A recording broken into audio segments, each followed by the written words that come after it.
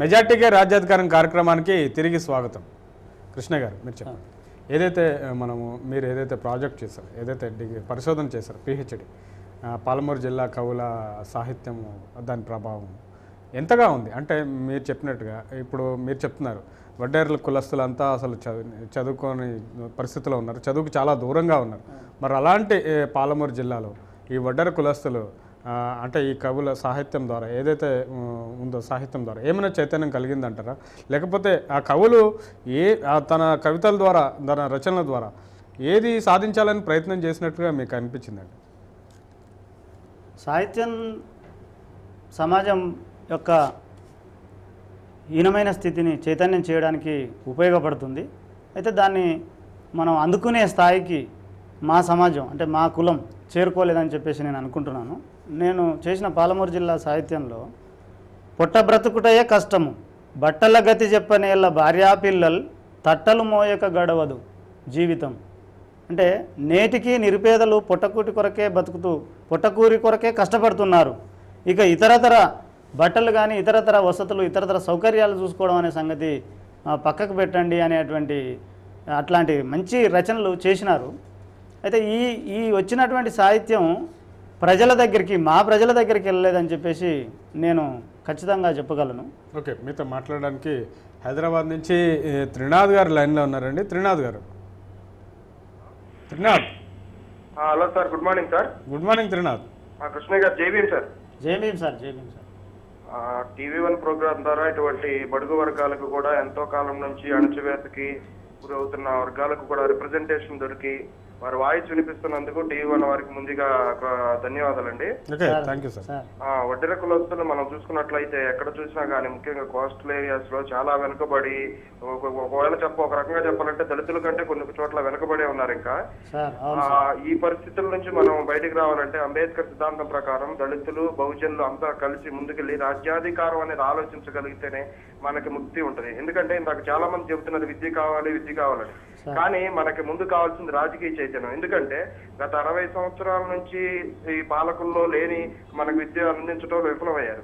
ఇక ముందు కూడా వాళ్ళు విద్యను అందిస్తారని ఎక్స్పెక్ట్ చేయడంలో అది చాలా అత్యాశ అవుతుంది. దాన్ని మనం నమ్మటం అంటే ఇంకా మోసపోవటమే. ఇది అనేది మనకు వర్కౌట్ కాదు. ఫ్యూచర్ లో కూడా ఇటువంటివన్నీ విద్య కానీ ఆరోగ్యం కానీ ఇతరత్ర ఎంప్లాయ్మెంట్ కానీ ఏది కావాలన్నా కానీ రాజ్యాధికారం వెళ్ళి మన రిప్రజెంటేషన్ ఇప్పుడు మనం చూసుకున్నట్లయితే వడ్డెర కులస్తుల నుంచి ఎమ్మెల్యేస్ కానీ ఎంపీస్ కానీ లేకపోతే అట్లీస్ట్ ఎంపీటీసీలు జడ్పీటీసీలు కానీ ఎవరు కూడా లేరు. ఆ పరిస్థితి లేనప్పుడు వాళ్ళ గురించి వాయిస్ వినపడేది లేనప్పుడు ఇవి వీళ్ళకి సంబంధించి ఎడ్యుకేషన్ గురించి ఎవరు మాట్లాడలేరు. ఇవి మిగతావి ఏవి కూడా రావు. దీనికి అంతరిక పరిష్కారం దళితులు బహుజనులు మీలాంటి మేధావులు అంత కుల సమీకరణలు జరిగి మీలాంటి వాళ్ళు మీ కులస్తుల్లో చైతన్యం తీసుకొచ్చి మిగతా వాళ్ళు దళితులను కలుపుకొని అందరూ ఒకటాటి మీదకి వచ్చి రాజ్యాధికారంకి వెళ్తేనే మన రిప్రజెంటేషన్ అసెంబ్లీలో ఉంటేనే మన అవుతాయి సార్ అని నా అభిప్రాయం sir. Okay, thank you Trinath గారు. అలాగే మీతో మాట్లాడడానికి హైదరాబాద్ నుంచి ఏడుకొండల లైన్లో ఉన్నారండి. ఏడుకొండల గారు. హలో, నమస్కారం అండి. నమస్తే అండి. మీ టీవీ వాళ్ళని తగ్గించండి ముందుగా. అలాగే చెప్పండి, మాట్లాడండి. నమస్కారం అండి, హైదరాబాద్ నుంచి. చెప్పండి, బేగంపేట. చెప్పండి. వడ్డెర కులస్తులకు ధన్యవాదాలండి. ఓకే, కృష్ణ గారికి ధన్యవాదాలు ప్రత్యేకించి. నమస్తే. మంచి అవకాశం ఒక ప్రజావేదిక మీదగా. నమస్కారం బేగంపేట నుంచి కృష్ణ గారికి నమస్కారం. నమస్తే సార్. నమస్తే సార్. మీ ప్రశ్న అడగండి ఏడుకొండల గారు. కాబట్టి మనకు ఒక మంచి వేదికను ఏర్పరిచారండి. ధన్యవాదాలు ప్రత్యేకించి జ్యోతిబా పూలే ధన్యవాదాలు చెప్తున్నాము సార్. మీ టీవీ వాళ్ళని తగ్గించాలండి ఏడుకొండల గారు. మీ ప్రశ్న సూటిగా అడగండి సార్. ఇప్పుడు సమాజంలో అట్టడుగున్నటువంటి వడ్డెర కులస్తులకి మనకున్నటువంటి రాయితీలు కానీ ప్రత్యేకించి మనకు విద్య కానీ సౌకర్యాలు అవన్నీ కూడా మనం ఎవరు కూడా పట్టించుకోవట్లేదు. కాబట్టి మనం మన కోరికలు మనం తీర్చుకోవాలంటే ఫస్ట్ మనం సంఘటితంగా ఉండాలి. కాబట్టి మన వడ్డెర కులస్తుల్లో ఒక చైతన్యం తీసుకొచ్చి మంచి అవకాశాన్ని ఏర్పరచుకొని మన యొక్క హక్కులు మనం కాపాడుకోవాలని నేను మిమ్మల్ని మన వేదిక ద్వారా మిమ్మల్ని కోరుతున్నానండి. దానికి కొంచెం గొప్ప చదువుకున్నటువంటి విద్యావంతుల్ని ఒక సంఘటిత పరిచి వాళ్ళ ద్వారా కొత్త విషయాలని ప్రజలకి మన వడ్డెర కులస్తులకి చైతన్యపరిచే విధానంగా ప్రజలకి చైతన్య కార్యక్రమాలు చేపట్టాలని చెప్పని ఈ వేదిక ద్వారా మిమ్మల్ని కోరుతున్నాను. ఓకే, థ్యాంక్ యూ ఏడుకొండలు గారు కాల్ చేసినందుకు ధన్యవాదాలు. అయితే త్రినాథ్ గారు ఒక మంచి ప్రశ్న లేవనెత్తారు, అంటే తన ఆలోచనలు మనతో పంచుకున్నారు. ఏదైతే మనము విద్య అవసరం అంటున్నాం కాబట్టి విద్య అసలు అవసరం లేదు, ముందుగా రాజకీయ చైతన్యం కావాల్సిన అవసరం ఉంది. ఎందుకంటే విద్య అందిస్తారనే ఆలోచనలు ఉండడం ఇంకా మనం మోసపోవడమే అని చెప్పి త్రినాథ్ గారు అంటున్నారు. అదేవిధంగా ఆయన ఇంకోటి సూచన కూడా చేశారు. ఏదైతే మీలాంటి మేధావులు ఉన్నారో వీళ్ళంతా తమ కులాలు చైతన్యపరిచి దళిత బహుజనులు అంతా ఐక్యమై రాజ్యాధికారం అనే దిశగా అడుగులు వేయాల్సిన ఉద్యమించాల్సిన అవసరం ఎంతైనా ఉందని చెప్పి త్రినాథ్ గారు అడుగుతున్నారండి. దీని మీద మీరు ఏం చెప్తారు? ఇప్పుడు మా సంఘానికి సంబంధించినటువంటి ప్రజల్ని చైతన్యవంతం చేయడంలో ఉద్దేశం అదే. మేము చదువుకోలేదు, సమాజం పట్ల అవగాహన లేదు కాబట్టి మొత్తం రాజ్యాధికారం ఏమనేటువంటి విషయం మా వారికి తెలియదు కనుక సమాజంలో ఇతర కులాలు మాతో ఉన్నటువంటి ఉదాహరణకు బీసీ కులాలే, ఆ కులాలు చైతన్యవంతమై ఆర్థికంగా రాజకీయంగా ముందుకెళ్ళిపోతున్నాయి. మరి మనం అప్పటి నుంచి ఇప్పటి వరకు ఏ రంగంలో అభివృద్ధి చెందలేదు అంటే మనకు సమాజం పట్ల అవగాహన లేకపోవడం వల్లే అని చెప్పేసి మా వాళ్ళని చైతన్యవంతం చేస్తున్నాం. అందులో భాగంగానే అన్ని జిల్లాల్లో కార్యక్రమాలు చేపట్టి అక్కడ మరి జిల్లా కమిటీలను వేసి ప్రజలందరినీ చైతన్యవంతం చేస్తున్నాం. అయితే సోదర బీసీ ఎస్సీ కులాలతో కలిసి మనం రాజ్యాధికారంలో భాగస్వామ్యం కావాలి, రాజ్యాధికారాన్ని అందుకోవాలన్నటువంటి ఆలోచన దిశగానే వాళ్ళను ప్రయాణం చేయిస్తున్నాం. ఓకే, మీతో మాట్లాడడానికి ఖమ్మం నుంచి రాము లైన్లో ఉన్నారండి. రాము గారు. Hello sir. రాము గారు సార్ అదే సార్, ఇప్పుడు మనం మాట్లాడుతూ ఎడ్యుకేషన్, స్కాలర్షిప్స్, ఇంకా రిజర్వేషన్స్ మనం మాట్లాడుకుంటున్నాం కదా సార్. చెప్పండి. అయితే దాన్ని సంగతి ఎలా ఉన్నా మినిమం అది డిగ్నిటీ ఆఫ్ లేబర్ అనేది అసలు లేదు సార్ సొసైటీలో.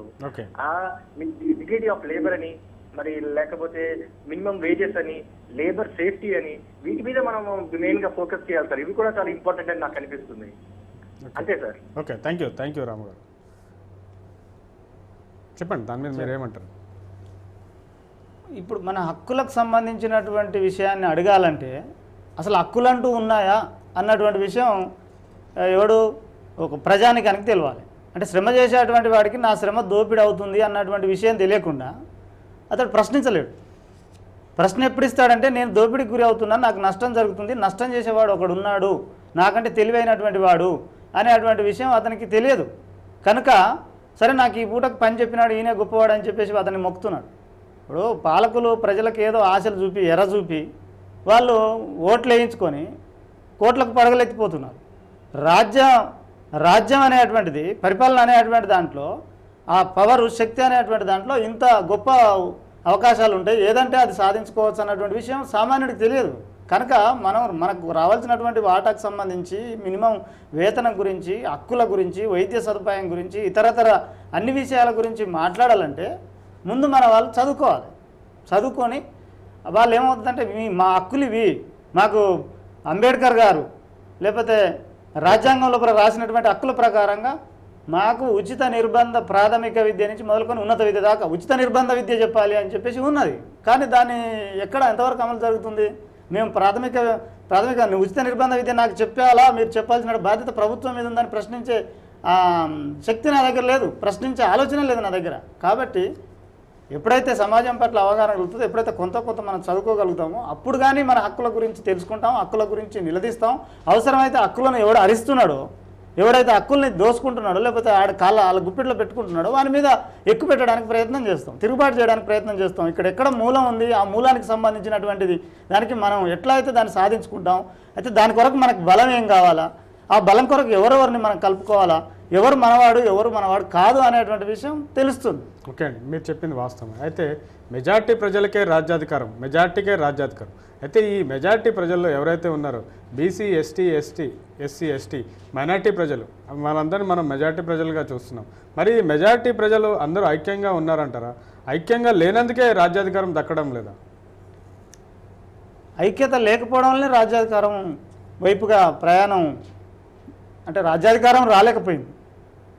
ఒక 63 సంవత్సరాల నుంచి ఎందుకు ఇట్లా జరుగుతుంది అంటే ఉన్నతమైనటువంటి కులాల వాళ్ళు ఆర్థికమైనటువంటి స్థితి ఎదుగుదల ఉంది, వారందరినీ మరి కలిసికట్టుగా ఉండి ఏదో ఒక రకంగా ఏదో ఒక పార్టీలో ఉంటూ వారు రాజ్యాధికారాన్ని వాళ్ళ గుప్పిట్లో పెట్టుకోగలుగుతున్నారు.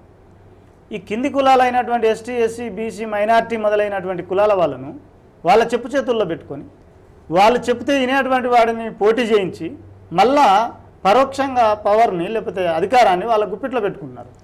ఈ బీసీలు లేకపోతే ఎస్సీ, ఎస్టీలు వాళ్ళ అవగాహన లోపం వల్ల వారికి దాసోహం అంటూ వారిచ్చేటువంటి ఏవో కొద్దిగా చిన్న ప్రయోజనాలకు ఆశపడి చిన్న చిన్న పదవులకి ఆశపడి ఓకే అండి. మీతో మాట్లాడడానికి హైదరాబాద్ నుంచి లక్ష్మీనారాయణ గారు లైన్లో ఉన్నారండి. నారాయణ గారు, హలో హలో హలో, నమస్తే. నమస్తే కిషన్. నమస్తే నమస్తే అన్న. నమస్తే అన్న. అయితే TV1 కూడా మన ఒట్టర సంఘం తరఫు నుంచి ధన్యవాదాలు తెలియజేస్తున్నాం. ఈ అవకాశం మన ఒట్టర కులసు కల్పించినందుకు ఓకే ఓకే థ్యాంక్ యూ. మరి ఎంతో సంతోషంగా ఒట్టర సంఘం మన కులసు అంతా సంతోషపడతారు. అయితే అప్పుడు ఇదివరకు మన కులస్తులు కానీ స్నేహితులు మాట్లాడినందుకు వాళ్ళు కూడా ధన్యవాదాలు తెలియజేస్తూ, ఇంకోటి మన సమస్య ఏంటంటే ఇప్పుడు ఆర్థికంగా ఎదగాలన్నా ముందు రాజకీయంగా రాజ్యాంగం చేపట్టాలంటే ముందు ఆర్థికంగా ఎదగాలి కదా. మరి ఎక్కడ కూడా మన కోరిలలో కూడా బ్యాన్ చేయడం జరిగింది గవర్నమెంట్. మరి గిరిరాజులకు చుట్టుపక్కల సామాన్యుడు పని చేసుకోవడానికి కూడా ఇబ్బంది జరుగుతుంది. మరి ఎక్కడైనా కోరిలో రాళ్ళు కొట్టుకోవాలన్నా కైలు కొట్టుకోవాలన్నా కూడా మనకు ఫారెస్ట్ వాళ్ళు ఇబ్బంది పెడుతున్నారు. మరి ఈ సమస్యల మీద ప్రభుత్వం మనకు అన్ని విధాలుగా చేస్తాను హామీలు ఇవ్వడం జరిగిందన్న. మరి మన రాష్ట్ర అధ్యక్షుడు తన్ని ధర్మరాజు గారు కూడా మీ ద్వారా అందరి ద్వారా మనం రోసయ్య గారికి మీటింగ్ కూడా జరిగిందన్న. మరి అక్కడ రోసయ్య గారు అన్ని హామీలు ఇచ్చారు. మరి ఇతర జీవోలు కూడా అధికారంగా ముందు గవర్నమెంట్ మరి ఎంతవరకు ఇచ్చిందనేది కూడా మనం స్పష్టంగా తెలియదన్నా. అట్లాగే వీటి మీద మరి మన ఒట్టర కులస్తులు ఆర్థికంగా ఎదగాలన్నా కోరిలలో చదువుకున్న పిల్లలు వాళ్ళు కూడా విద్య అవసరం కాబట్టి దాని మీద మాట్లాడిన అందరూ మాట్లాడినారు కాబట్టి నేను ఆ సమస్య పోవట్లేదన్నా. ముందుగా మన కోరిల మీద మన కులస్తులందరికీ జీవనోపాధి కింద చాలా ఇబ్బంది పెడుతున్నామా. వీటి మీద మీ ద్వారా ప్రభుత్వానికి తెలియజేస్తున్నామన్నా. మీద మాట్లాడితే మన కులస్తులందరికీ ఒక న్యాయం మాట్లాడాలన్నా. ఓకే థ్యాంక్ యూ లక్ష్మీనారాయణ గారు. అదే క్వారీల మీద మాకు హక్కు ఉండాలని ఒడ్డర్ కులస్తుల నాయకులు. రాజశేఖర రెడ్డి గారు ముఖ్యమంత్రిగా ఉన్నప్పుడు మా డిమాండ్లలో ప్రధానమైనటువంటి డిమాండ్లలో మేము ఇంతకుముందు 76 కంటే ముందు డిఎన్టీ అంటే గుర్తింపు చెందని తెగలుగా జాతులుగా ఉన్నాం. ఎస్టీలో అంటే లంబాడ, ఎరకల, యానాది, వడ్డెర మొదలైనటువంటి కులాలు ఉన్నాయి. అది 76 తర్వాత మమ్మల్ని బీసీలో కలిపి వాళ్ళనేమో ఎస్టీలో కలిపారు. కాబట్టి మాకు అన్యాయం జరిగింది. మా పరిస్థితి ఇప్పుడు వాళ్ళకంటే హీనమైనటువంటి దారుణమైనటువంటి స్థితిలో ఉంది కనుక మరి మాకు బీసీలలో ఉన్నప్పటికీ కూడా మా వృత్తి అయినటువంటి రాయి కొట్టే పని సంబంధించినటువంటి ఏదైతే భూ సంపద, ఖనిజ సంపద ఉందో, రాయి సంబంధించింది ఉందో దాని మీద మాకు హక్కు కల్పించాలన్నటువంటి డిమాండ్ని అడిగినాం. ఎస్టీ డిమాండ్ అడుగుతూనే రెండో డిమాండ్ అయినటువంటిది రాయి మీద లేకపోతే క్వారీల మీద మాకు పూర్తి స్వేచ్ఛ ఉండాలి, మాకు అధికారం ఉండాలి అని చెప్పేసి అన్నాం. అంటే అధికారం అంటే అది అగ్రకులాల చేతుల్లోకి వెళ్ళిపోయింది, పెట్టుబడిదారుల చేతుల్లోకి వెళ్ళిపోయింది కనుక మీకు అధికారం అనడం చాలా కష్టం, కానీ మీకు కొంత వాటిద్దామని చెప్పేసి వారు ఒప్పుకోవడం జరిగింది. అందులో మేమన్నాం మళ్ళీ చుట్టుపక్కల నగరాల చుట్టుపక్కల ఉన్నటువంటి దగ్గర ఉన్నటువంటి గుట్టల మీద నిషేధం పెట్టారు. అంటే మీరు కొట్టుకోవడానికి అవకాశం లేదు, ఎందుకంటే ప్రజలు ఉన్నారు కాబట్టి, లేకపోతే ఇంకా ఇతరత్ర ప్రాణులు ఉంటాయి, లేకపోతే రవాణా సంబంధించినటువంటి పరిస్థితులు ఉంటాయి కనుక ప్రమాదాలు జరిగే అవకాశాలు ఉన్నాయి, మీరు అక్కడ కొట్టుకోవద్దు, పని చేయొద్దు అని చెప్పేసి ఒక నిషేధం పెట్టారు. పెట్టి దాన్ని ఏం చేశారంటే మైనింగ్ జోన్స్ అని సపరేట్ ఏర్పాటు చేశారు. మైనింగ్ జోన్స్ ఏర్పాటు చేసిన దాంట్లో మేము ఏమన్నామంటే మాకు ఒక 50% వాటా కావాలని చెప్పేసి అడిగాం. అడిగితే చివరికి 20% కాదు ఒక 10% ఇస్తామని చెప్పేసి ఒప్పుకున్నారు. 10% ఏంటి అంటే మామూలు రాళ్ళు, మామూలు మనం బిల్డింగ్లు నిర్మాణం చేసేటువంటి రాళ్ళు, గ్రానైట్కి సంబంధించింది కాదు, విలువైనటువంటి రాయి కాకుండా మామూలు రాళ్ళు, కడీలు మొదలైనటువంటి తీసుకునేటువంటి కంకర మొదలైనటువంటి తీసుకునే వాటిలలో 10% రిజర్వేషన్ అని ఇచ్చారు. కానీ అది మరి ఇంతవరకు సక్రమంగా అమలు జరగలేదు. ప్రభుత్వం మేకవెల్లి విధానాలను పాలకులు, ప్రభుత్వం అంటే మొత్తం పాలకులు మేకవెల్లి విధానాలను అనుసరిస్తూ 6 నెలలు ప్రచారం చేయాలా చేసే కార్యక్రమాన్ని, 6 నెలల తర్వాత ఒక ప్రారంభోత్సవం చేయాలి, ప్రారంభోత్సవం చేసిన తర్వాత ఇంకా 6 నెలలకు కార్యక్రమాన్ని మళ్ళీ ప్రచారం చేస్తూ మొదలు పెట్టాలని చెప్పేసి ఆ స్వభావాన్ని వాళ్ళు పునికిపుచ్చుకుంటారు. బాగా వాళ్ళకి అలవడి ఉంటుంది. ఆ విధానాలను కొనసాగిస్తుంటారు. కాబట్టి ప్రచారంలో భాగంగా వీటిని ప్రచారం చేసుకోవడానికే తప్ప ప్రజలకు నిజంగా అవి అందుతున్నాయా లేదా, దానివల్ల ఎంతమంది ప్రయోజనం పొందినారు, ప్రయోజకుల వల్ల ఈ సమాజం బాగుపడుతుందా అన్నటువంటి విషయం వాళ్ళు ఆలోచించారన్నటువంటిది అది నగ్న సత్యం, అది వాస్తవము. ఇంకా 60 ఏళ్ళు కాదు, ఇంకో 60 ఏళ్ళు ఉన్నా కూడా ఈ సమాజంలో ఈ కింది కులాల వాళ్ళు లేకపోతే ఏదైతే అందుకోవాలనుకున్నటువంటి వాళ్ళు ఉన్నారో లేకపోతే అందని వాళ్ళు ఉన్నారో వాళ్ళు దాన్ని చేరుకోవడం అనేటువంటిది చాలా కష్టమని నా ఉద్దేశం. మీరు చెప్పింది వాస్తవం అండి. అయితే మరి ఈ వడ్డెర కులస్తులు కానీ వేరే ఇతర కులస్తులతో వీరికి ఎట్లాంటి అనుబంధం ఉంటుంది అంటే వీళ్ళ మధ్య వీరి పట్ల ఎట్లా స్పందిస్తూ ఉంటారు? అంటే మనం బీసీల్లో ఉన్నారు, వీళ్ళు బీసీల్లో చాలా వర్గాలు ఉన్నాయి, చాలా కులాలు ఉన్నాయి, వాళ్ళ మధ్య సఖ్యత ఉందా, ఐక్యత ఉందా? అంటే ఒక బీసీ చెప్తే ఒక ఎస్సీ వినడు, ఒక ఎస్సీ చెప్తే ఒక ఎస్టీ వినడు, వీళ్ళు ముగ్గురు మాట ఒక మైనార్టీ వినరు, లేకపోతే ఇలా వీళ్ళ మధ్య అంతరాలు ఉన్నాయి. మరి వీళ్ళంతా మెజారిటీ ప్రజలుగా ఎప్పుడు ఆవిర్భవిస్తారు, ఎప్పుడు రాజ్యాధికారాన్ని చేజించుకుంటారు? ఇప్పుడు విభజించు పాలించు అనేటువంటి పద్ధతిలో పాలకులు ఎప్పుడైనా ఒక నలుగురు వ్యక్తులను ఒక్క దగ్గర ఉండకుండా చేసేటువంటి తత్వం వాళ్ళకి అలవడి ఉంటుంది.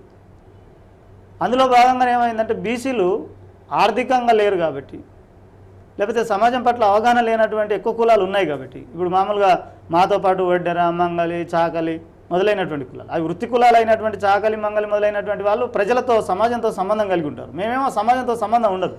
వాళ్ళు ఏమంటారంటే వడ్డెరలతో మీకేం పనే, వాళ్ళు ఏదో గుట్టకి వెళ్ళిపోయి పని చేసుకొని రాత్రి వచ్చేటోళ్ళు, మీకు వాళ్ళకేం సంబంధం పెద్దగా, వాళ్ళు ఎందుకు మీరు. మీతో మాట్లాడడానికి హైదరాబాద్ నుంచి రాములు లైన్లో ఉన్నారండి. రాములు గారు, హలో, నమస్తే అండి.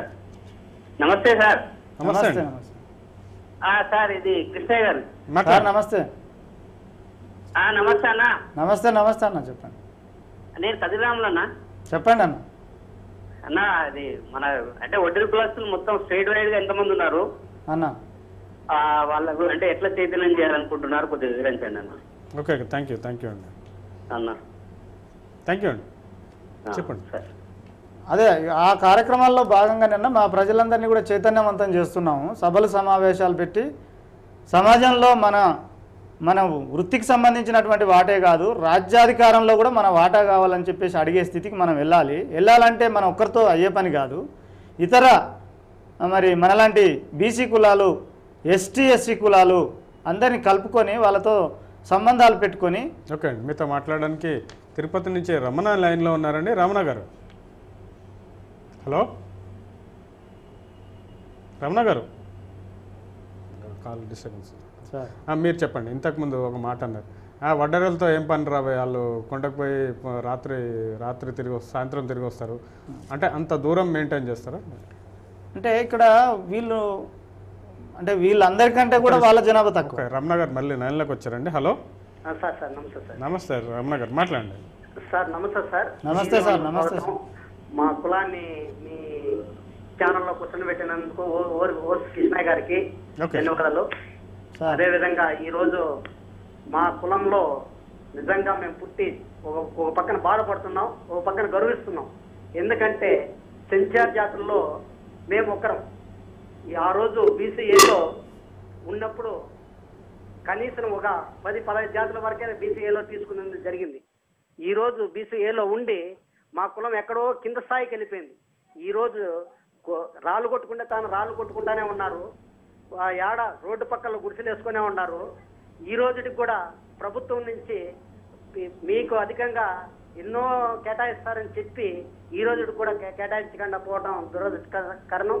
వాస్తవంగా చెప్పాలంటే ఈ రోజుకైనా ఏదో చట్టసభల్లో మనం ఒక ప్రతిపాదన తీసుకొచ్చి ఎస్టీ జాబితాలో చేర్చాలని మా డిమాండ్ సార్. దీనికి మీ ద్వారా మా సంఘం ద్వారా కూడా మేము డిమాండ్ చేస్తున్నాం sir. Okay thank you Ramana గారు. ఓకే సార్, నమస్తే. థ్యాంక్ యూ, చెప్పండి sir. ST, SC, BC, minority మొదలైనటువంటి కులాలను మనం కలుపుకొని రాజ్యాధికారం దిశగా ప్రయాణం చేసి రాజ్యాధికారంలో మన వాటా తీసుకునేంత వరకు మనకున్నటువంటి ఏ రకమైనటువంటి డిమాండ్స్ నెరవేరవు, వారు నెరవేర్చరు. కాబట్టి ఆ ఐక్యతను సాధించడానికి మనం చేస్తున్నటువంటి అంటే మా సంఘం చేస్తున్నటువంటి కార్యక్రమాలతో పాటుగా ఇతర కులాల సంఘాల యొక్క సహాయ సహకారాలను తీసుకొని కోఆర్డినేషన్తో కార్యక్రమాలు చేసి ప్రజల్ని చైతన్యవంతం చేసినట్టయితే రాబోయే రోజులలో మంచిగా అభివృద్ధిలోకి వస్తాము, రాజ్యాధికారం దిశగా అడుగులు వేస్తామని విషయం చెప్పండి.